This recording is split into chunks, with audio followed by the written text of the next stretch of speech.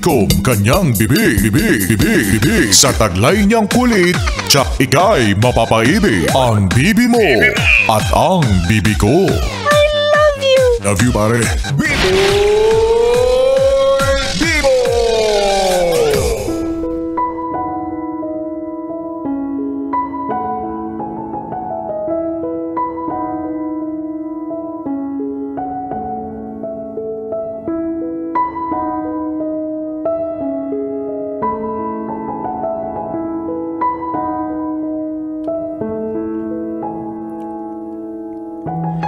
Bibi, balita ko, ikakasal ka na.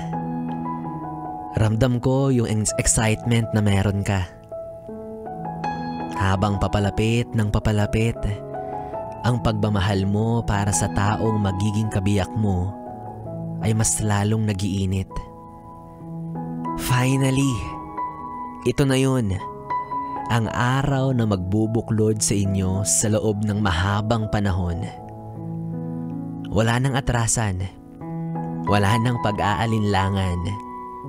Siya na ang pinipili mong makasama sa lahat ng hirap at ginhawa.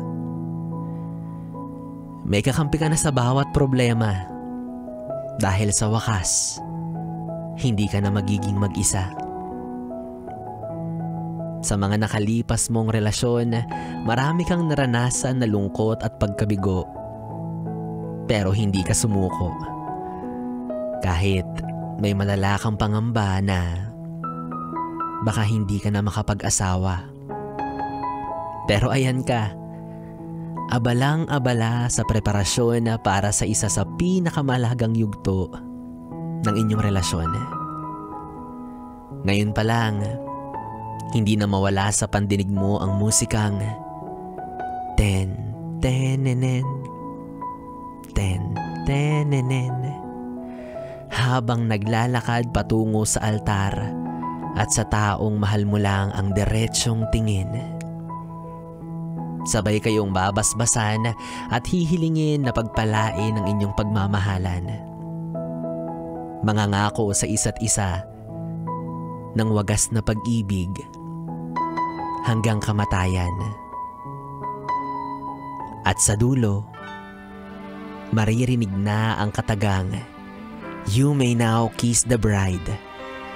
Isang matamis na hudyat na sa pag-ibig nyo nag-ugat. Mabuhay ang bagong kasal. Sa wakas, dininig ng langit ang matagal mo ng dasal. Come to me and take my hand.